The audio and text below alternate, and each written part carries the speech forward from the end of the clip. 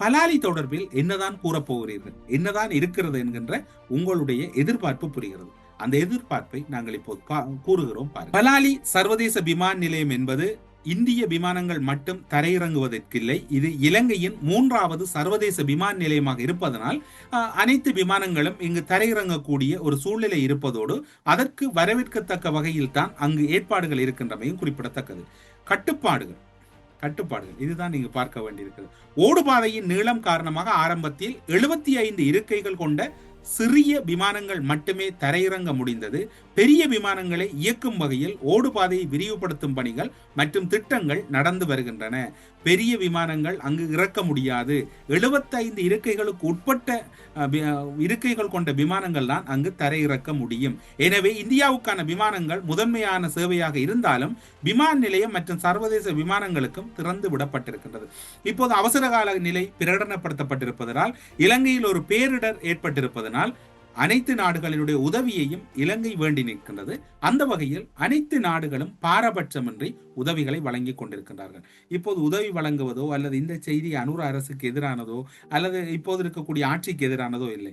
இதில் மறைந்திருக்கக்கூடிய ஒரு ராஜதந்திர செய்தியும் கடுமையான செய்தியும் தான் இங்கு பார்க்க வேண்டி இருக்கிறது. தற்போதைய நிலைமைகள் குறித்து சில விடயங்களை பார்த்துவிட்டு சொல்லுவோம். நடைமுறை விடயங்கள். 2019 ஆண்டில் யாழ்ப்பாணம் விமான நிலையம் சர்வதேச தரத்திலான அதிசிறப்பு வாய்ந்த தரங்களை உடைய விமான நிலையமாக மாற்றப்படுகிறது. தற்போதைய செயற்பாடுகள் தற்போது முக்கியமான இந்தியாவுக்கும் சென்னைக்கும் திருச்சிராப்பள்ளி போன்ற நகரங்களுக்கும் இடையில் யாழ்ப்பாணத்துக்கு இடையான விமானங்கள் இயக்கப்படுகின்றன.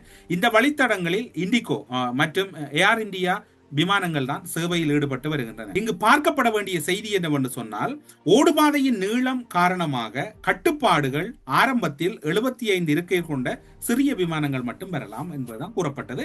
ஆனால் நாம் இந்த தளத்திலும் கூறியிருக்கிறோம், வடக்கு கிழக்குக்கான இந்த பேரிடர் ஏற்பட்டால் அதற்கான தயார் நிலையில் ஏன் பலாலி விமான நிலையத்தை இந்தியா தயார் நிலையில் வைத்திருக்க முடியாதா என்ற போது சில தகவல்கள் எமக்கும் வந்தன. அதில் பெரிய கனரக விமானங்கள் இறங்க முடியாது என்று. இப்போது அமெரிக்கா ஒரு கனரக விமானம் 2 இறக்கி இருக்கிறது. கிட்டத்தட்ட இதில் இந்தியாவுக்கான ஒரு பெரும் செய்தி சொல்லப்பட்டிருக்கின்றது.